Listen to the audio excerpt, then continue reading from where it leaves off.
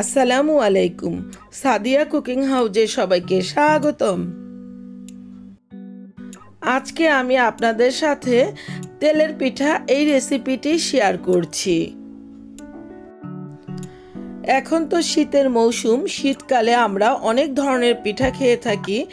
এই পিঠাটা শীতকালেও যেমন খাওয়া যায়, গরমকালেও খাওয়া যায়। এই পিঠাটা আমরা সব ঋতুতেই খেতে পারি, কিন্তু শীতকালে নতুন গুড় দিয়ে খেতে খুবই টেস্টি হয়।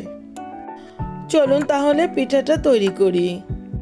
প্রথমে একটা মিক্সিং বোল নিলাম। এখানে নিয়ে নিলাম 2 কাপ পরিমাণ আতপ চালের গুঁড়ি। এই আতপ চালের গুঁড়িটা মেশিনে ভাঙানো হয়েছে। তারপর এখানে আমি নিয়ে নিলাম আরও 1 কাপ পরিমাণ ময়দা। দিয়ে দিলাম সামান্য পরিমাণ লবণ। যে কোনো মিষ্টি জিনিস তৈরিতে লবণটা দিলে মিষ্টির স্বাদটা খুব ভালো আসে। এগুলোকে একটা হ্যান্ড উইস্কের মাধ্যমে ভালোভাবে মিশিয়ে নিলাম। এবার দিয়ে দিব এখানে গুড়। আমি এই যে 1 বাটি গুড় নিয়েছি, এই গুড়টাকে এই চালের গুঁড়ার মধ্যে দিয়ে দিচ্ছি। আমি এই গুড়টাকে এখন এখানে দিয়ে দিচ্ছি। তারপর হাত দিয়ে আস্তে আস্তে করে মেখে নিচ্ছি। এই যে একটু সময় নিয়ে এগুলোকে মেখে নিতে হবে। চালের গুঁড়ির সাথে আপনারা ইচ্ছে করলে ময়দা বা সুজি যেটা ইচ্ছা ব্যবহার করতে পারেন, এতে করে পিঠাটা সফট হবে। গুড়টাকে খুব ভালোভাবে চালের গুঁড়ির সাথে মাখিয়ে নিতে হবে। এখন আমি এখানে দিয়ে দিচ্ছি লিকুইড দুধ, হালকা কুসুম গরম দুধ। এখানে খুব একটা বেশি গরম দিবেন না, আর দুধটা দেবার সময় একবারে দিবেন না, আস্তে আস্তে করে দিয়ে নিতে হবে। এই যে আমি বেশ কয়েকবার কিন্তু দুধটা দিয়ে নিলাম। আপনারা কিন্তু দুধের পরিবর্তে ইচ্ছে করলে কুসুম গরম পানিটাও ব্যবহার করতে পারেন। ব্যাটারটা কিন্তু এরকম হতে হবে যাতে একদম পাতলা না থাকে এবং ঘনও না হয়। ব্যাটারটা তখনই হবে বুঝবেন যখন এরকম উপর থেকে ছাড়বেন, ব্যাটারটা এই যে পড়ে আস্তে আস্তে মিলিয়ে যাচ্ছে। ব্যাটারটা কিন্তু খুব সুন্দরভাবে তৈরি হয়ে গেল। এবার এগুলোকে আমি 1 ঘন্টার মতো ঢাকনা দিয়ে ঢেকে রেখে দিব। 1 ঘন্টা পরে ফিরে আসলাম। এই যে ব্যাটারটা দেখেন কেমন হয়েছে, একটা চামচ দিয়ে আপনাদেরকে নেড়ে চেড়ে দেখাচ্ছি।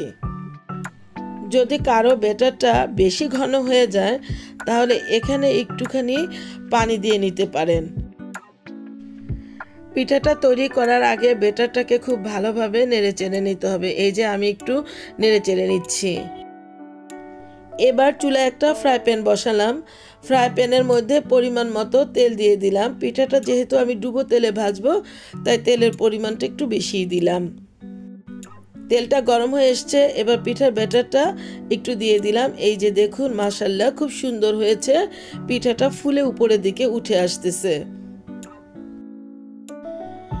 একটা চামচ দিয়ে এর উপরে একটু গরম তেল দিয়ে দিবেন, এতে করে পিঠাটা খুব সুন্দরভাবে উপরিভাগটাও ফুলে উঠবে।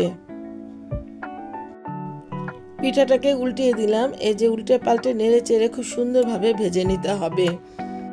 চুলায় কিন্তু খুব বেশি পরিমাণে হিট দেওয়া যাবে না, একটু লো আঁচে রেখেই পিঠাটা ভাজতে হবে।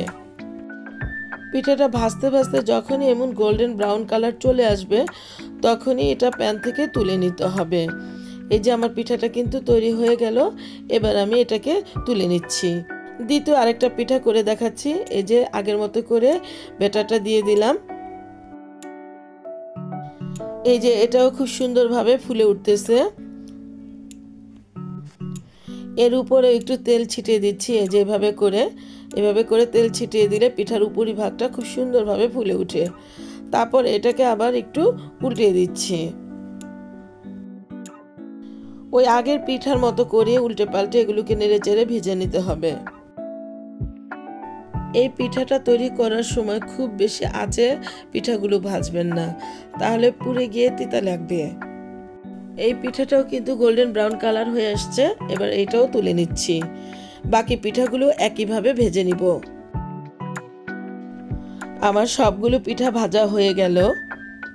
তো ভিউয়ার্স, এবার আপনাদেরকে আমি পরিবেশন করে দেখাচ্ছি। আমার এই তেলের পিঠা রেসিপিটা আপনাদের কেমন লাগলো তা কমেন্টের মাধ্যমে জানাবেন। আমার এই রেসিপিটা যদি আপনাদের কাছে এতটুকু ভালো লেগে থাকে তাহলে আপনারা আমাকে লাইক, শেয়ার, কমেন্টস এবং সাবস্ক্রাইব করতে ভুলবেন না প্লিজ। আর যারা আমাকে সাবস্ক্রাইব করেছেন তাদেরকে অসংখ্য অসংখ্য ধন্যবাদ। আবার হাজির হব অন্য কোনো সময়ে অন্য কোনো রেসিপি নিয়ে। আল্লাহ হাফেজ।